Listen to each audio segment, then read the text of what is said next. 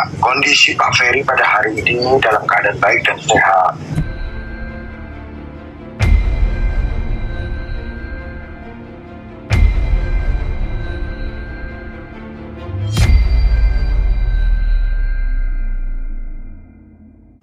Beliau tetap melakukan aktivitas seperti biasa, melakukan sholat, berdoa, berharap kepada Tuhan untuk jalan yang terbaik bagi perkara yang sedang dialami oleh Pak Ferry, begitu.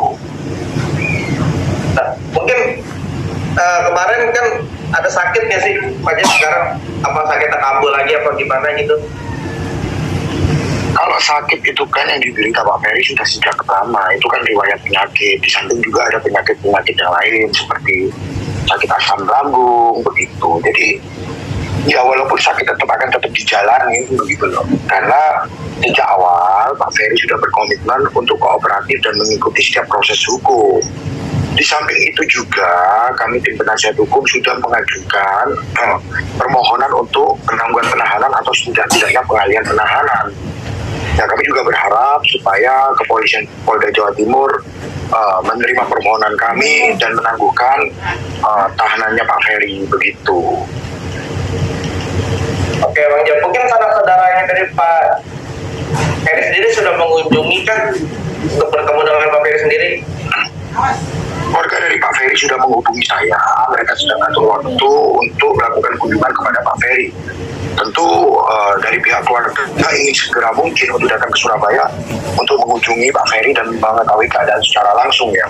Mereka sudah beberapa kali menghubungi saya, berkoordinasi, tinggal mencari waktu yang paling tepat supaya bisa bertemu dengan Pak Ferry dan mengetahui keadaan Pak Ferry secara langsung, begitu.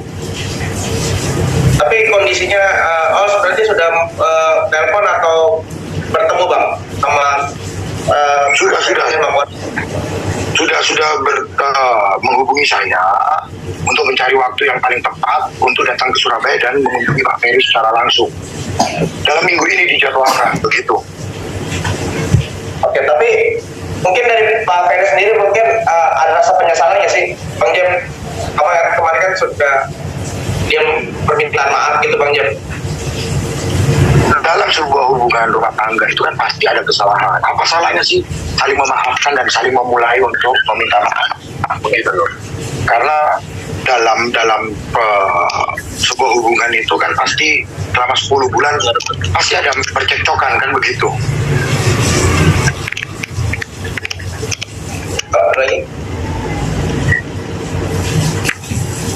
Bang Jeff, maaf Bang Jeff, terkait penahanan Mas Ferry, gimana Bang tanggapannya, terus langkah-langkah hukumnya gimana? Seperti yang saya katakan kemarin, bahwa proses penahanan itu adalah hak yang dimiliki oleh pihak kepolisian. Maka kami mengikuti proses hukum aja sebaik mungkin, begitu loh. Kalau ditanya apa langkah hukum kami sudah mengajukan surat permohonan untuk penangguhan penahanan yang kami tujukan kepada Dirkrimum Polda Jawa Timur. Kalau kita mengajukan surat permohonan, kita nggak berbicara peluang, itu kan kewenangan. Maka 100% itu adalah hak yang dimiliki oleh Polda Jawa Timur. Jadi kita nggak berbicara masalah peluang di sini. Kita hanya mengajukan permohonan, selanjutnya adalah hak dari Polda Jawa Timur karena itu merupakan kewenangan dari penyidik untuk menerima permohonan kami atau tidak, begitu. Tapi sekali lagi kami berharap supaya permohonan kami bisa dikabulkan. Kenapa kami mengajukan permohonan? Yang pertama, agar Pak Ferry bisa menjalin komunikasi untuk mengupayakan perdamaian. Sekali lagi kami tetap membuka pintu perdamaian karena bagaimanapun amanat undang-undang PKDRT adalah bagaimana mengedepankan restoratif justice atau keadilan restoratif. Bagaimana caranya? Tentu kedua belah pihak mengungkapkan keinginan masing-masing, duduk bersama, mencari jalan tengah yang terbaik bagi kedua belah pihak. Sehingga ketika ditemukan jalan tengah, bisa mencapai win-win solution, lalu kemudian bagaimana kita mencapai keadilan restoratif tersebut. Begitu Mas. Tapi yang pasti begini ya, ada beberapa hal yang perlu saya klarifikasi dan perjelas. Yang pertama adalah kita harus tahu dulu. Saya ingin mempertanyakan dulu, benar nggak sih bahwa hidung dari Ibu V itu patah? Itu perlu dijawab secara tegas terlebih dahulu dari pihak Ibu V, baik itu dari kuasa hukumnya atau dari pihak Ibu V sendiri.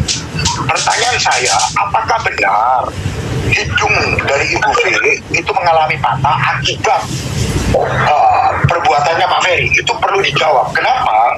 Karena begini, dalam Undang-Undang Penghapusan Kekerasan dalam Rumah Tangga itu jelas sekali di pasal 44 ayat 4, ketika seseorang mengalami kekerasan yang tidak mengakibatkan penyakit, tidak menghalangi kegiatan sehari-hari, dan tidak mengganggu mata pencahariannya, itu harusnya dikenakan pasal 44 ayat 4 yang ancaman hukumannya itu adalah 4 bulan. Berbeda dengan 44 ayat 1 yang ancaman hukumannya adalah 5 tahun. Begitu loh.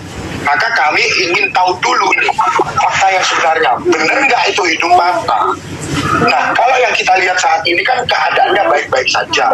Maka kami juga lagi mempelajari apakah sebenarnya masuk nggak nih di pasal 44 ayat 4. Karena kalau kita melihat salah satu unsurnya adalah yang pertama, di pasal 44 ayat 4 itu dikatakan bahwa harus menimbulkan penyakit. Yang kedua adalah menghalangi mata pencaharian. Yang ketiga adalah menghalangi kegiatan sehari-hari. Selama ketiga ini tidak terpenuhi, maka yang diterapkan sebaiknya adalah pasal 44 ayat 4 dalam Undang-Undang PKDRT itu sendiri. Itu yang paling utama. Kita bicara konstruksi hukum ya, begitu. Ya, Bang Jam, mungkin ekspresi dari Pak Ferry ini kan dianggap acting. Bang Jam, saat kemarin mau juga netizen kita seperti apa Bang Jam? Kasih rilis kemarin nih. Iya, tentu kalau setiap orang yang sedang mengalami persoalan hukum bagaimanapun pasti ada tekanan-tekanan tersendiri ya. Jadi kalau dikatakan itu acting atau pura-pura itu kurang tepat lah.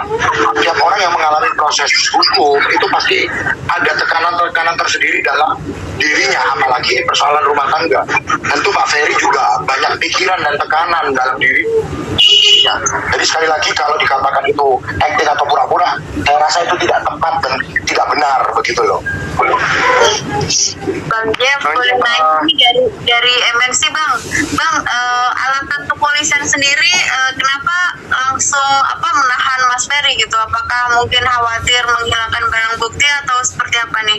Mengingatkan waktunya cuma berapa hari ya dari pelaporan ya Bang? Iya, sesuai dengan pasal 24 ayat 1 Kitab Undang-Undang Hukum Acara Pidana, seseorang yang diancam dengan ancaman hukuman 5 tahun itu dapat ditahan. Itu merupakan syarat objektif. Oleh karena saat ini Pak Ferry dikenakan pasal 44 ayat 1 dengan ancaman 5 tahun, maka memenuhi syarat objektif, begitu loh. Nah, di sisi yang lain, ada syarat subjektif. Apa yang dimaksud syarat subjektif? Yang pertama, bahwa tersangka tidak akan menghilangkan barang bukti. Yang kedua, bahwa tersangka tidak akan melarikan diri. Tentu itulah yang kami jamin kepada pihak kepolisian, bahwa Pak Ferry tidak akan melarikan diri. Yang kedua, bahwa Pak Ferry juga tidak akan menghilangkan barang bukti. Oleh karena Pak Ferry sejak awal sudah menyatakan bahwa dia akan mengikuti proses hukum dengan sebaik-baiknya, akan kooperatif. Itulah alasan kami mengajukan penangguhan penahanan, begitu loh. Nah, sekali lagi itu kewenangan dari kepolisian. Kami menggunakan alasan subjektif bahwa Pak Ferry akan kooperatif, bahwa Pak Ferry tidak akan menghilangkan barang bukti. Kenapa? Bagaimana bisa menghilangkan barang bukti? Karena seluruh barang bukti itu saat ini kan sudah ada di kepolisian. Bagaimana kita menghilangkan barang bukti, begitu loh. Jadi saya rasa Pak Ferry memenuhi syarat subjektif untuk ditangguhkan penahanannya, begitu.